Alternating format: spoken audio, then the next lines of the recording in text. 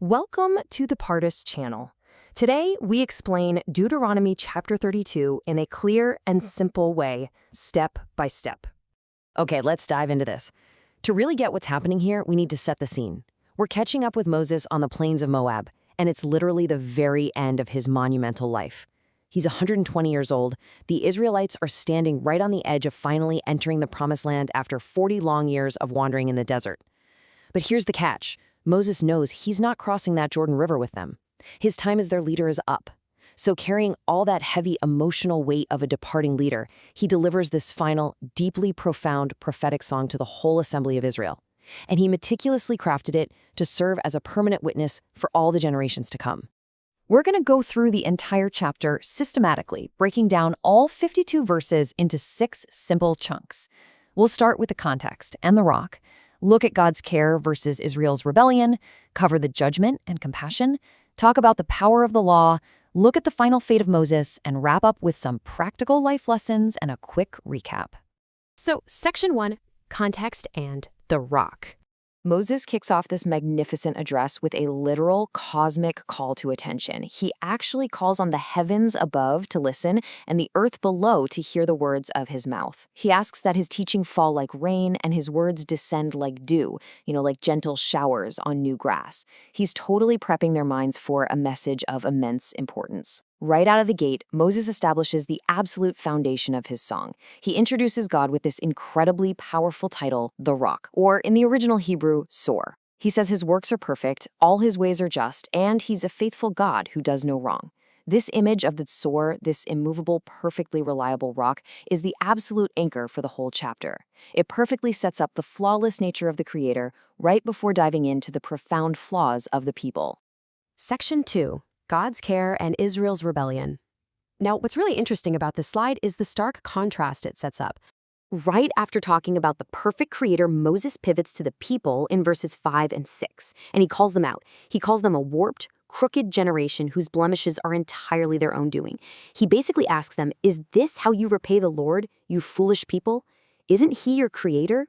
To drive this home, Moses tells them to look back at the days of old and remember how meticulously God cared for them. The text uses these vivid, almost cinematic metaphors. God found them in the desert, in Hebrew, a tohu, which is this barren, empty, howling wasteland. They were completely vulnerable, but God shielded them. He guarded them as the apple of his eye.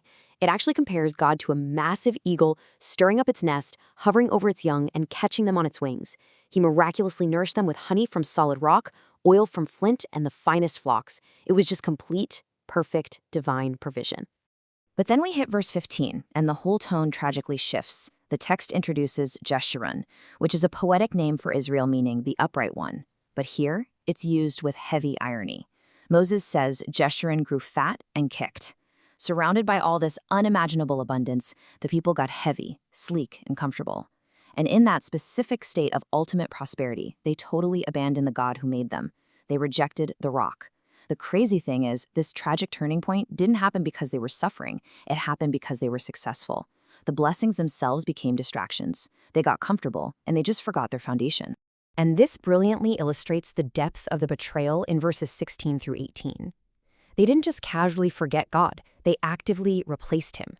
The text says they provoked God to jealousy with foreign gods, sacrificing to demons. And it emphasizes these weren't real gods at all. They were just newly appeared fads that their ancestors knew nothing about.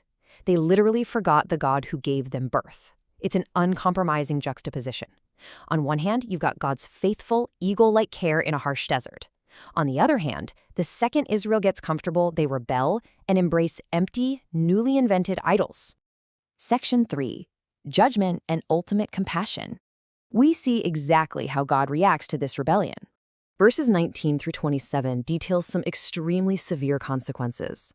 Because God was deeply angered by his sons and daughters rejecting him, he hands down a chilling sentence: I will hide my face from them. And without that protective gaze, the text lists terrible calamities that follow. We're talking wasting famine, consuming pestilence, and deadly plague. It graphically describes wild beasts and the venom of vipers gliding in the dust. The sword brings sheer terror in the streets, and even inside locked homes, affecting infants and gray-haired men alike. It's a fire of divine wrath burning down to the realm of death. Verses 28 through 35 point out that Israel had become a nation completely void of sense. Moses even compares them to the poisonous vine of Sodom, producing bitter grapes and venomous wine. That's just how deeply their mindset had corrupted. It gets so bad that God says he would scatter them and blot out their memory entirely. But there's a fascinating reason why he stops short of total destruction. The text states that God dreaded the taunt of the enemy. If Israel was wiped out, their adversaries might completely misunderstand. They'd arrogantly boast, "Our hand has triumphed, the Lord hasn't done this." They would credit their own military power instead of recognizing it as God's divine judgment. So to prevent the enemy from falsely claiming victory and to protect the truth of his sovereignty, God preserves a remnant. Moving into verses 36 to 43, the narrative arcs beautifully back toward hope. The text says, "The Lord will judge his people and have compassion on his servants when he sees their strength is gone." Once the people are fully humbled, God steps in and declares his absolute supremacy. Verse 39 is huge. He says, "See now that I myself am he. There is no God besides me. I put to death and I bring to life. I have wounded and I will heal." The song ultimately concludes with a powerful promise of vengeance on adversaries and profound healing and compassion for his people. Section 4. The Power of the Law. Moses wraps up his song. With the song finished, Moses, standing alongside Joshua, delivers his final urgent instructions to the assembly. In verse 47, he tells them to take all these solemn words completely to heart. Why? Well, the crucial point is, as he passionately puts it, they are not just idle words for you, they are your life. This is the bottom line of the whole explainer today. Following these laws, remembering the rock, avoiding the trap of prosperity, it's not just a casual ritual. It's their lifeblood. It's the absolute requirement for living long, prosperous lives in the land they're about to enter. Section 5. The Fate of Moses. Let's move to and see how this builds into the bittersweet aftermath. Literally on that exact same day, right after giving this incredible life-affirming message, God gives Moses his final personal instructions. It's a definitive 3-step command. First, God tells him to go up into the Abarim range, specifically to Mount Nebo, right across from Jericho. Second, from that high vantage point, he is to look out and view the land of Canaan, the very land he's been leading them toward for 40 grueling years. And third, God tells him he will die there on that mountain and be gathered to his people, just like his brother Aaron did. The text doesn't leave this as some unexplained tragedy. Verse 51 tells us in very simple terms why Moses can't cross the river. It says that Moses and Aaron broke faith with God in front of the Israelites at the waters of Meribah Kadesh. Meribah in Hebrew means quarreling or rebellion. Because Moses didn't uphold God's strict holiness in that one critical moment of frustration, the consequence was set in stone. He can see the land from a distance, but he cannot enter it. It's a really sobering reminder of the heavy weight of leadership. Section 6. Life Lessons and Recap. What do we take away from all this? We've just covered a massive amount of ground, past, present, and future. So let's distill the key takeaways.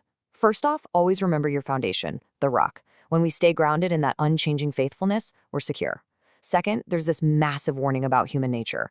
Prosperity can dangerously lead to spiritual complacency. When Jeshurun got comfortable, they forgot their maker. We really have to stay vigilant when times are good. Third, our actions carry very real consequences. And finally, these teachings aren't just idle traditions. They are our actual life and our ultimate guide.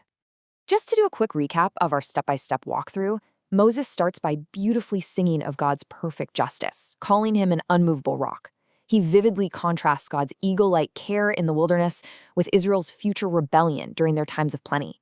He lays out the severe judgments that follow, but then brilliantly pivots to a promise of ultimate compassion and healing. And the chapter closes with Moses getting his final, poignant order to ascend Mount Nebo, look at the promised land, and pass away. I want to leave you with this final, provocative thought to chew on. When times are good, when we are perfectly comfortable, secure, and full, will we remember the rock who made us, or will we walk away? Thank you for learning with us. If this helped you understand the chapter better, like, subscribe, and join us for the next chapter.